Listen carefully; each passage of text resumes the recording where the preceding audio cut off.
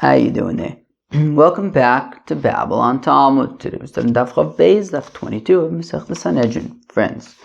We're going to talk about stuff related to kings. It's kind of a big-ish daf.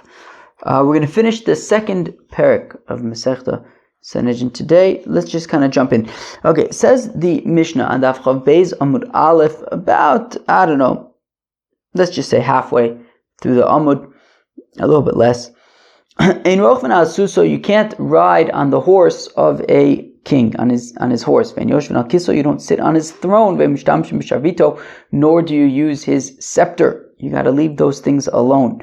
You don't look at him while he's getting a haircut, not when he's naked, nor when he's in the bathhouse. Shenema, as the pasuk says, Somtosim alecha melech, you shall impose upon yourself a king, shteimaso alecha, that his fear should be upon you, and therefore he should be kind of like in a sort of category of his own. Because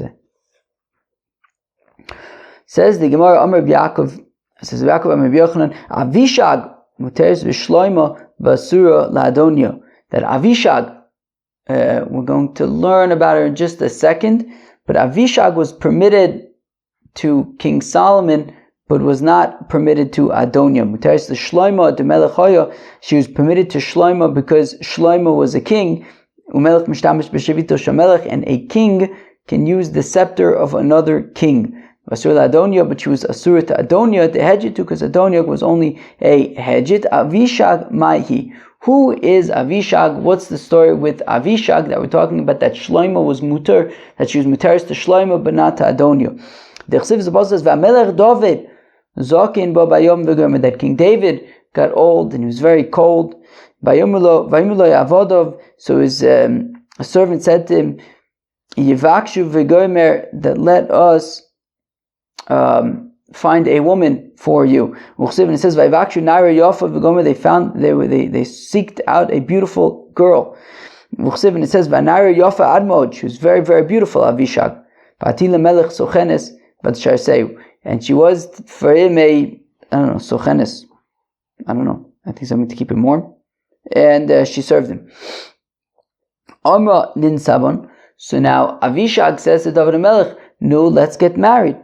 Omar lo, he says to her, "Asirasli, you are forbidden to me. I already have 18 wives. I can't have a 19th. Omar le, she says, yeah. Chasr liganva nafshi l'shlomo nokit.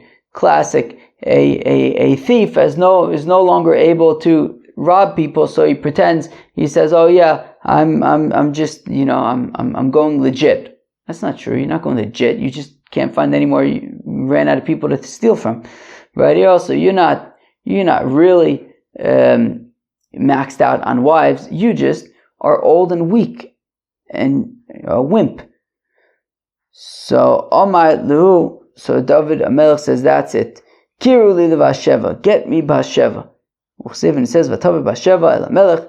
Basheva comes to King David, Hachadra, to the room. Omer Vido Marav, but it's to show that at that time, Kincho Basheva b'shlosh esrei mapis.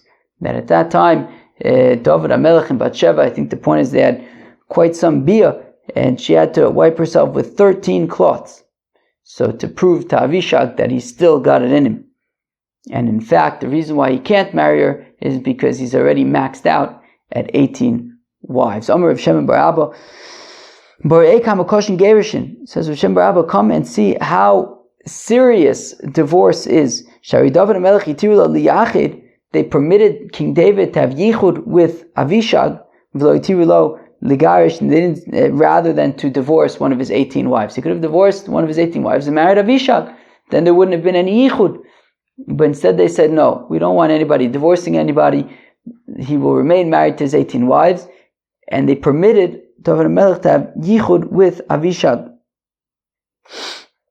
Amar Beliezer, Kol Megarish the sister Rishona, says Beliezer, anybody who divorces his first wife, Afilu Mizbeach, murder all of the most. Even the altar in the temple cries when this happens, when somebody divorces his first wife.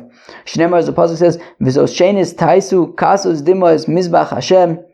Right, there will be tears on the altar of God. B'chi v'anoka, crying and wailing. Mein od Panos el mincha v'lakachas v'tzoni rotzon mietchem uchsiv v'amartem, and says Alma, why? Al keshem heid beincha uvein eishes nurecho, between your young wife, the wife of your young age, asher ata bogadta, that you have rebelled against her, you have I don't know, been a traitor, and she is your friend and the wife of your covenant. Alright. Where am I? Amr Yochanan says, that a person's wife dies if he steals, and then they ask him to repay it, and he doesn't have with what to repay.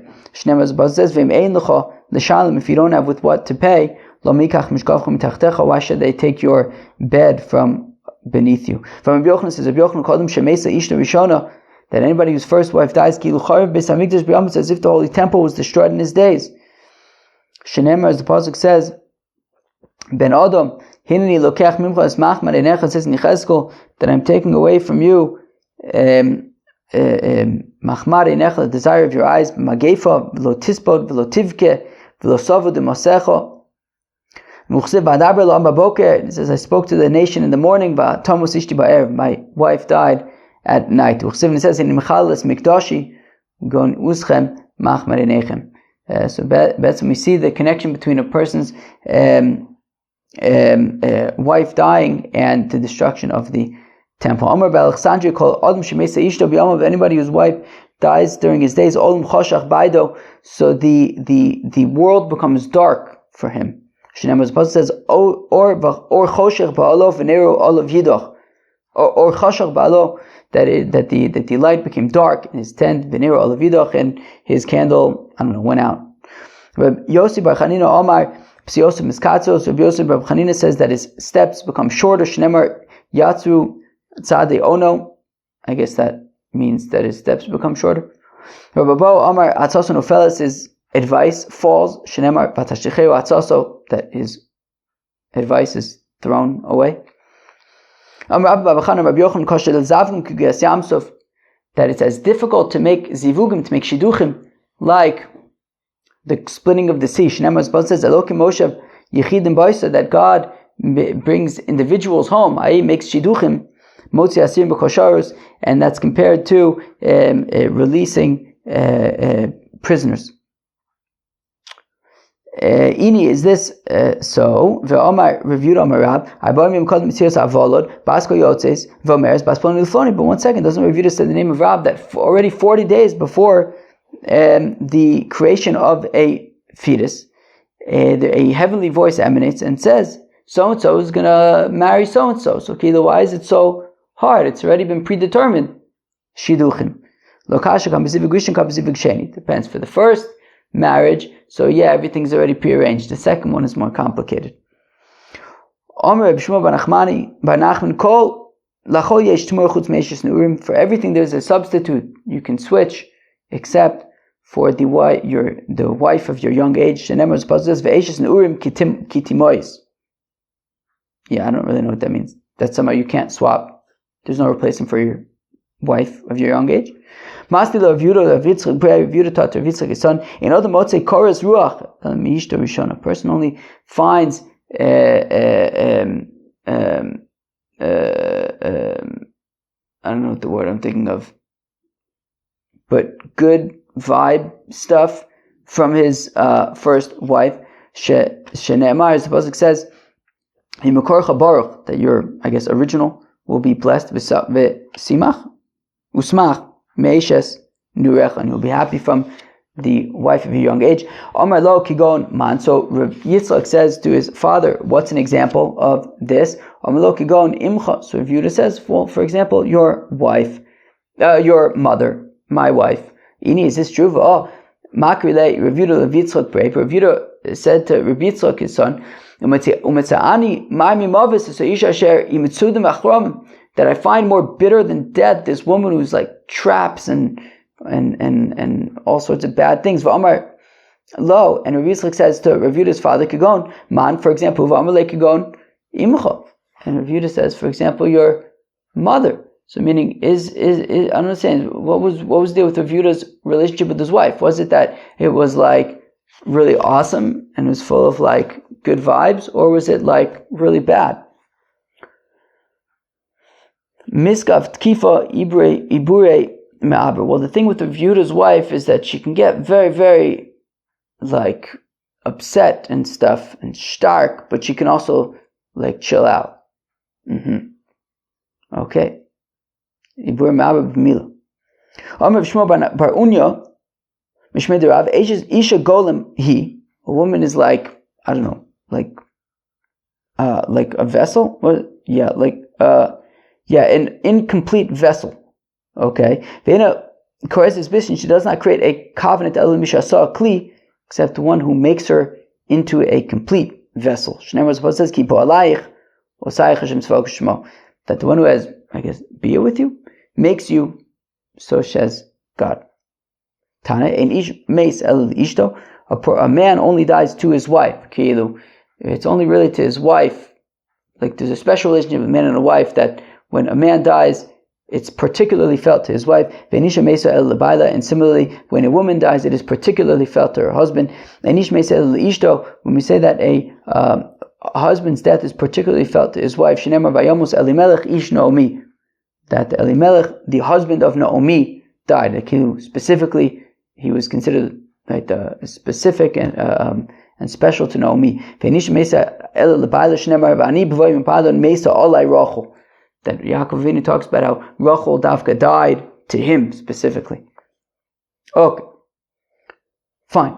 Continues the Gemara. Ein roin osav chules. The Mishnah had said that we don't see a king like when he gets a haircut and stuff. A king gets a haircut every day. Kohen Gadol me'erev Shabbos le'erev Shabbos. A Kohen Gadol gets a haircut every week on Friday. Kohen Hedjit echad l'shoshim yom, and a Kohen Hedjit gets a haircut every 30 days. A king gets a haircut every day. It says that you should see a king in his beauty, and therefore he gets a haircut every single day. Kohen Gadol me'erev Shabbos, so Kohen Gadol gets a haircut every Erev Shabbos. Amar Shmuel bar Nachman Amar Yochanan. Interesting. Since every Shabbos is when the Mishmars switch, right? That's when the Mishmar of the previous week ends and the Mishmar of the upcoming week begins.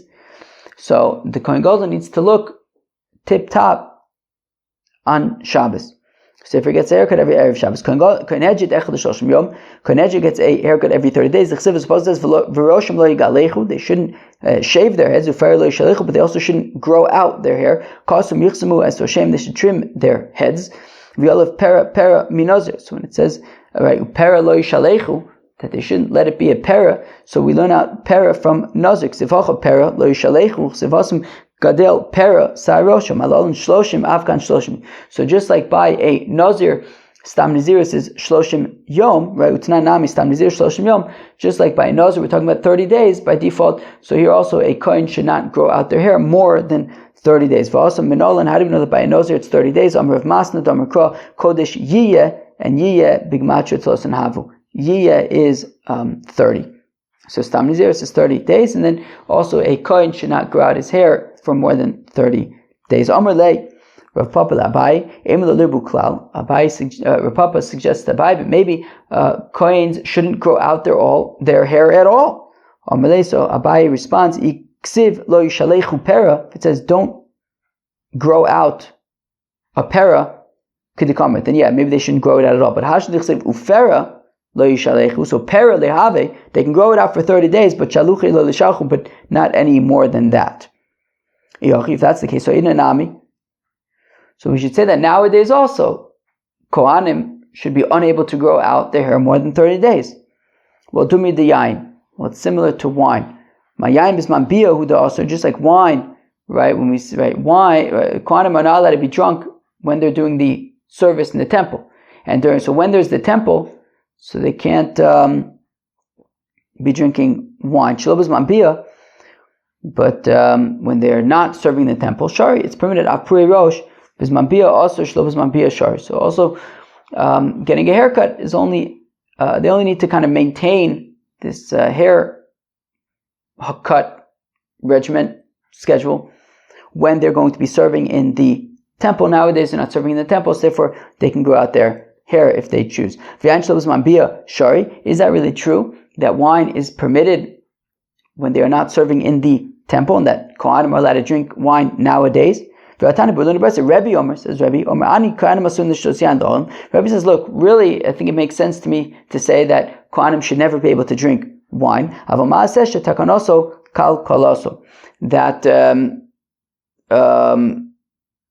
That the kalkalaso, the fact that like the Beis Hamikdash was destroyed and it hasn't been rebuilt yet, and the fact of the matter is that there isn't currently a Beis Hamikdash, that is what allows Kohanim to drink wine nowadays, since they're not going to be serving, unfortunately, in the immediate term in this temple. So in the temples, therefore they could drink wine nowadays. And Abai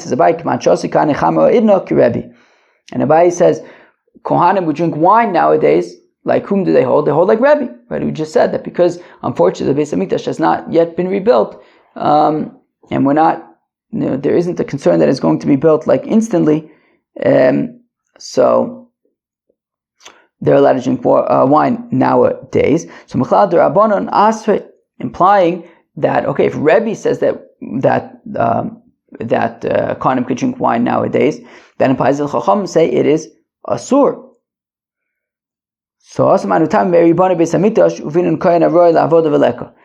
we're saying that, sure, maybe the Chacham say that by drinking wine, Kohanim are not allowed to drink wine nowadays because hopefully the Beis Hamikdash will be rebuilt very, very quickly, and we will need Kohanim to serve immediately in the Beis Hamikdash, and we can't have them be drunk.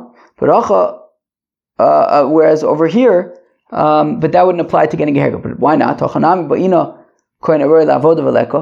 we should need Kohanim who are fit for doing the avodah and should have a haircut ready to go, and there won't be any. But but you can always just get a haircut. Just quickly take out a buzzer, give a buzz cut, and go to the Beis Hamikdash. But also nami after denying porta. Okay, but wine also, can't you just sleep a little bit, va'ayil, and go? The Amar Rav Acha derech mil v'shena kolshu. That walking for a meal and sleeping a little bit kind of chills out the effect of the intoxicating effects of wine. So the Gemara says, well, not really, because Vlavit Marla was stated, that only works, sleeping a little bit, going on a little bit of a tiyul, works if you only drank a revius of wine. But if you're drinking, several glasses of wine, it's anything significant, going on a walk is going to make you more kind of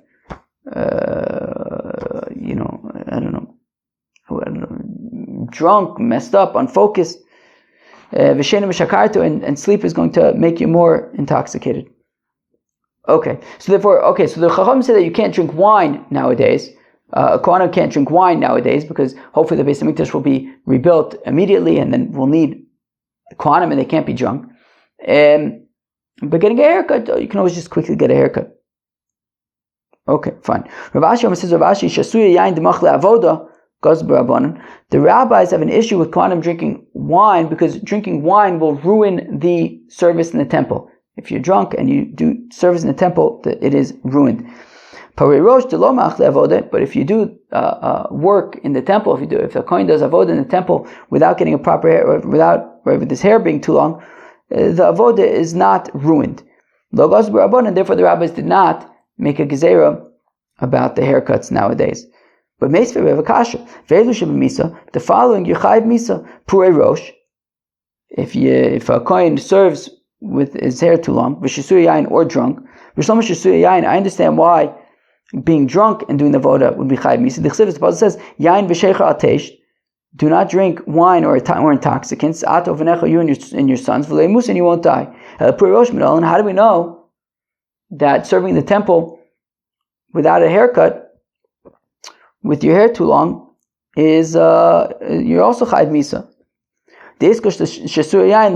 Because drinking wine is compared to getting a haircut. They shouldn't shave their heads, they shouldn't grow out their hair too long. And it says after and they shouldn't drink any wine. Just like drinking wine is Chayiv Misa, if you do the avodah in Beis Hamikdash while you're intoxicated, also during the avodah in the Beis Hamikdash with your hair too long is also a capital offense. Umina, and then we'll say similarly, mashisu yain demachli avodah, just like drinking wine, just like being drunk, is machal avodah af pri rosh demachli avodah. So also, the hair too long would also ruin the avodah. So Rav Ashi said that hair too long would not ruin the avodah. Therefore, the rabbis did not make a gezerah against growing out your hair for Kohanim nowadays. But apparently, however, it seems that growing out your hair too long would ruin the avodah. So kasha, it's a kasha, and Rav Ashi. Amalei Ravina Rav Ashi. So this concept of Kohanim serving with their hair too long being chayiv misa, so that's only learned because Yechezkel juxtaposed them in the Novi, Yechezkel. But up until that point, how did we know? Right? What about up until Yechezkel came along? How did we know that getting a haircut would be chayiv? That if you serve in the temple without a haircut, you'd be chayiv misa.